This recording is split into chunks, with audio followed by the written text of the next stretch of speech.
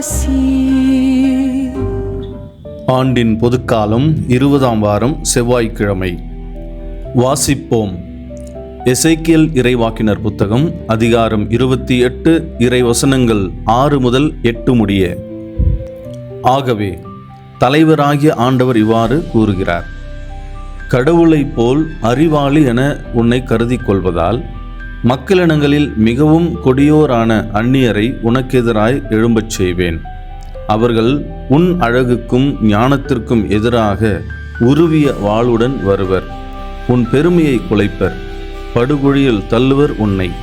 கடல் நடுவே மூழ்கி சாவோரென சாவாய் நீயே. தியானிப்போம். இறைவனின் கொடைகளை நிறைவாக பெற்ற கிறிஸ்துவில் எனதருமை அருளாசீர் ஊடக நண்பர்களே, நாம் வாசித்த இந்த வார்த்தைகள் இஸ்ரேல் நாட்டின் மீது ஆட்சி செலுத்திய அரசனை நோக்கி கூறப்பட்ட வார்த்தைகளாக இருந்தாலும் அதில் அடங்கியிருக்கின்ற ஆன்மீக பொருள் என்பது எல்லா காலங்களுக்கும் பொருந்தக்கூடிய ஒன்றாக இருக்கின்றது. கடவுளிடமிருந்து பெற்ற ஞானம், அழகு, அதிகாரம் ஆகியவற்றை நாம் பெற்றிருக்கும் ஞானம், அழகு, அதிகாரம் ஆகியவை இறைவனிடமிருந்து நாம் பெற்றுக்கொண்ட கொடைகள். இதை உணர்கிறவன் வாழ்கின்றான், உணராதவன் தன்னுடைய வீழ்ச்சிக்கு காரணமாகின்றான். இங்கு கண்டிக்கப்படுவது அறிவு அல்ல, அறிவை பற்றிய அகந்தைதான். நமது கத்தோலிக்க நம்பிக்கை நமக்கு கற்றுக் கொடுக்கும் பாடம் என்ன? மனிதர்களுடைய திறமைகள், பதவி, பட்டம், செல்வம், அதிகாரம், அழகு, அறிவு, ஞானம் ஆகிய அனைத்தும் இறைவனுடைய வரங்கள். இந்த வரங்களை நாம் நன்றியுடன் கூடிய உள்ளத்தோடு, சிந்தனையோடு பயன்படுத்த வேண்டும். தன்னை மட்டும் உயர்த்தி கொள்ள அல்ல, மாறாக அடுத்தவரையும் உயர்த்துகின்ற கருவிகளாக இவற்றை நாம் பயன்படுத்த வேண்டும். அகந்தை என்பது எளிய வார்த்தைகளில் சொன்னால், எனக்கு இறைவன் தேவையில்லை, நான் எனது திறமையால் மட்டுமே உயர்ந்திருக்கின்றேன் என்று உள்ளத்தில் எண்ணிக்கொள்வது. இதனால் என்ன நடக்கின்றது? மனிதன் உண்மையிலிருந்து விலக ஆரம்பிக்கின்றான். படைப்பவன், படைக்கப்பட்டவன் என்கின்ற இந்த வேறுபாட்டை மறந்து நானும் கடவுளைப் போல் இருக்கின்றேன் என நினைக்க தொடங்குகின்றான். இந்த வசனங்கள் ஏதோ இறைவனை மறந்தவர்களை இறைவன் பழிவாங்குவதைப் போல தோன்றலாம்.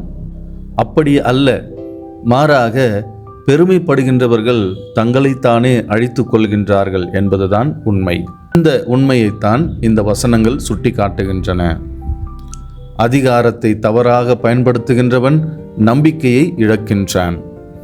தன்னுடைய ஞானத்தில் மட்டுமே நம்பிக்கை கொள்பவன் மற்றவர்களுடைய இறைவனுடைய அறிவுரையை ஏற்க மறுக்கின்றான்.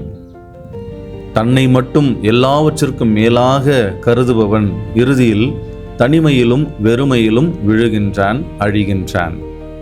இறைவன் தாழ்ச்சியுள்ளவரை உயர்த்துகின்றார், அகந்தையுள்ளவர்களை, செருக்குற்றவர்களை தாழ்த்துகின்றார். சில நேரங்களில் இந்த தாழ்ச்சியின் உண்மையை உணர்த்துவதற்காக சில சூழ்நிலைகளை அனுமதிக்கின்றார். அந்த தாழ்த்துதல் என்பது அவர்களை அழிப்பதற்காக அல்ல, மாறாக மனமாற்றத்திற்காக அவர்களை அழைக்க. உண்மையான தாழ்ச்சி என்பது தன்னை இழிவாக கருதுவது அல்ல, மாறாக என்னிடம் உள்ள நன்மைகள் அனைத்தும் இறைவனுடைய அருளால் கிடைத்தவை என்கின்ற ஒரு சிந்தனையோடு வாழ்வதுதான். ஒரு மயில் தன் அழகிய இறகுகளை பார்த்து எப்பொழுதும் பெருமை கொண்டதாம். அந்த காட்டில் உள்ள எல்லா மிருகங்களையும் பார்த்து, என்னை விட அழகானவர் இங்கு யாருமே இல்லை, எனவே இந்த காட்டிற்கு அரசன் நான் தான் என்று பெருமையாக பேசிக்கொண்டதாம். ஒரு நாள் பயங்கர வெயில் அடித்ததாம். மயில் தன்னுடைய இறகுகளை விரித்து கொண்டு ஆட ஆரம்பித்ததாம். ஆனால் வெயில் குறையவே இல்லை. தாகத்தினால் மயில் தவிக்க ஆரம்பித்ததாம், பலவீனம் அடைந்ததாம். அப்பொழுது ஒரு சிறிய மழைத்துளி அதனுடைய அலகின் மீது விழ அதை குடித்து அது புத்துணர்வு பெற்று கொண்டதாம். அந்த மழை துளிதான் என்னுடைய உயிரை காப்பாற்றியது என்று உணர்ந்ததாம். என்னுடைய அழகு எனக்கு உயிரை கொடுக்கவில்லை, நான் மிக சிறியதாக எண்ணிய அந்த மழை துளிதான் எனக்கு உயிரை கொடுத்தது, என்னை காப்பாற்றியது என்று நன்றி சொல்லுகின்ற விதத்திலே தன்னுடைய இறகுகளை விரித்து வானத்தை பார்த்து ஆடத் தொடங்கியதாம், இறைவனுக்கு நன்றி செலுத்தியதாம். இப்படியாக அந்த சிறிய மழை துளியின் முன்பு தன்னையே தாழ்த்தி கொண்டதாம் அந்த மயில். நமது வாழ்க்கையில் நாம் பெரிய பெரிய வரங்களை கொண்டிருப்பது முக்கியமல்ல, மாறாக அந்த வரங்கள் எங்கிருந்து வந்தன என்பதை நினைவில் கொண்டு வாழ்வதுதான் முக்கியம். இறைவனை மறந்து வாழ்கின்ற பொழுது அது ஆசீர்வாதமாக அமையாமல் அகந்தைக்கு காரணமாக மாறிவிடுகின்றது. புனித அகஸ்தினார் கூறுகின்றார், நம்மையே நாம் தாழ்த்துகின்ற பொழுது நாம் இறைவனுக்கு மிக அருகில் செல்லுகிறோம், இறைவனும் நமக்கு மிக அருகில் வருகின்றார். புனித அல்போன்ஸ் லிகோரி புனித அகஸ்தினாரின் இந்த கருத்தை மேற்கோள் காட்டிக்கொண்டு, கடவுள் உயரத்தில் இருக்கின்றார், நீ உன்னை தாழ்த்தி கொண்டால் அவர் உன்னிடம் இறங்கி வருகின்றார் என்றும், நீ உன்னை உயர்த்தி கொண்டால் அவரை உன்னை விட்டு விலகி செல்லுகிறார் என்றும் கூறுகின்றார். இதனுடைய பொருள் அகந்தை உள்ளவர்களை இறைவன் வெறுக்கின்றார் என்பது அல்ல, மாறாக அகந்தை கொண்ட உள்ளம் இறைவனுடைய அருளை பெறுவதற்கு தகுதியற்ற ஒன்றாக மாறிவிடுகின்றது. அது தன்னையே மூடிக்கொள்கின்றது. தன்னையே தாழ்த்துகின்றவன் தன்னுடைய தவறுகளை, குற்றங்களை, குறைகளை ஏற்றுக்கொள்வதற்கான ஒரு மன வலிமையை, ஆற்றலை பெற்றுக்கொள்கின்றான். நமது வாழ்விலே நாம் எதிர்கொள்ளும் ஒவ்வொரு துன்பமும் நமது பாவத்திற்காக இறைவன் கொடுக்கின்ற தண்டனை என்று நாம் நினைக்கக்கூடாது. மாறாக நமது வாழ்விலே நாம் எதிர்கொள்ளும் வரம்புகள், தோல்விகள், நோய்கள், எதிர்ப்புகள் ஆகிய அனைத்தும் இறைவனை சார்ந்து வாழ்வதற்காக நமக்கு கொடுக்கப்படும் வாய்ப்புகளாக நாம் அவற்றை பார்க்க வேண்டும்.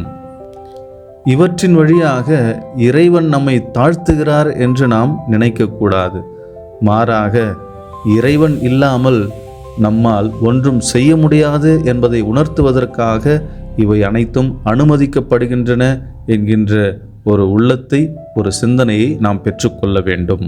புனித பிரான்சிஸ்கு சலேசியார் சொல்லுவார், உண்மையான இறைவனுடைய அருளை பெற்றிருக்கின்ற மனிதர்கள் தாழ்ச்சியுள்ளவர்களாக இருப்பார்கள், கீழ்ப்படிதல் உள்ள மனிதர்களாக வாழ்வார்கள். திருத்தந்தை பிரான்சிஸ் அவர்கள், வாழ்வில் நாம் சந்திக்கும் அவமானங்களின் அனுபவங்கள் வழியாகத்தான் தாழ்ச்சி நம்முடைய இதயத்தில் வேரூன்றுகின்றது என்று. தாழ்ச்சி இல்லாமல் நாம் புனிதத்தை அடைய முடியாது. புனிதத்தை அடைவதற்கான ஒரு வழி தாழ்ச்சி என்று அவர் சொல்லுவார். கிறிஸ்து தன்னையே தாழ்த்தி சிலுவை மரணத்தை ஏற்றுக்கொண்டார் என்று நாம் வாசிக்கின்றோம். அதே போல கிறிஸ்துவ தாழ்ச்சி என்பது தோல்வியில் நொறுங்கி மறைவது அல்ல, மாறாக தோல்வியிலும் இறைவன் என்னோடு இருக்கின்றார் என்று நம்புவது. தாழ்ச்சியை வளர்த்து கொள்வதற்கான சில எளிய வழிமுறைகள்: 1. தினமும் நாம் பெற்றுக்கொண்ட 3 வரங்களுக்காக இறைவனுக்கு நன்றி செலுத்துவது. 2. தவறு செய்திருந்தால் அதற்காக நியாயம் கூறாமல், வாதாடாமல் மன்னிப்பு கேட்பது.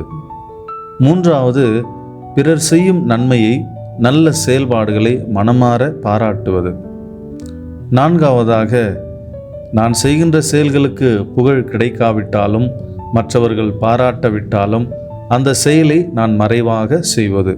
5. நம்முடைய வழிபாடுகளில், ஆண்டவரே நான் உம்மை சார்ந்தவன், என்னிடம் உள்ள அனைத்தும் உமது கொடைகளே என்று சொல்லி ஜெபிக்கின்றவர்களாக நாம் மாற வேண்டும். இறுதியாக ஒப்புரவு அருட்சாதனத்தின் வழியாக நம்முள்ளே இருக்கின்ற அகந்தை, பொறாமை, புகழுக்கான ஆசை ஆகிய அனைத்தையும் ஆண்டவருடைய கரங்களிலே ஒப்பு கொடுத்து விடுவது. ஆக மொத்தம் இன்றைய வசனங்கள் கூறுகின்ற ஒரு செய்தி என்னவென்றால், நமக்கு அறிவு இருக்கக்கூடாது என்பது அல்ல, மாறாக நாம் பெற்றுக்கொண்டிருக்கின்ற இந்த அறிவு என்னும் கொடை நம்மை கடவுளிடமிருந்து பிரிக்காது இருக்க வேண்டும்.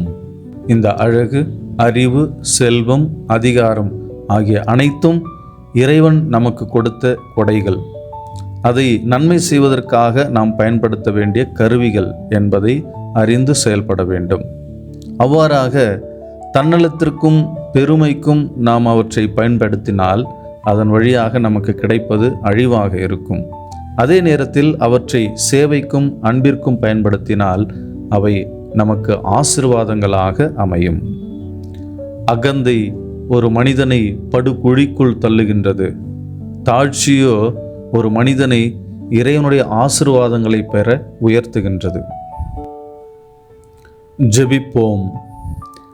எங்களை உயர்த்துவதற்காக தன்னையே தாழ்த்தி கொண்ட தெய்வமே, எங்களுடைய தவறுகள் வழியாக, குற்றங்கள் குறைகள் வழியாக உம்மிடமிருந்து அகன்று செல்லுகின்றோம். நாங்கள் தாழ்ச்சி இல்லாமல் வாழுகின்றோம். உமது அன்பை பெற்றுக்கொண்டு, உமது இரக்கத்தை பெற்றுக்கொண்டு, உமக்கு உகந்த மக்களாக, தாழ்ச்சியின் மக்களாக வாழ வேண்டிய வரத்தை எங்களுக்கு தாரும். எங்களது வாழ்விலே நாங்கள் பெற்றுக்கொண்ட அனைத்தும் உமது கொடைகளே, வரங்களே என்கின்ற ஒரு தாழ்ச்சியின் மனப்பான்மை எங்களுக்கு தந்து வழிநடத்தியருளும்.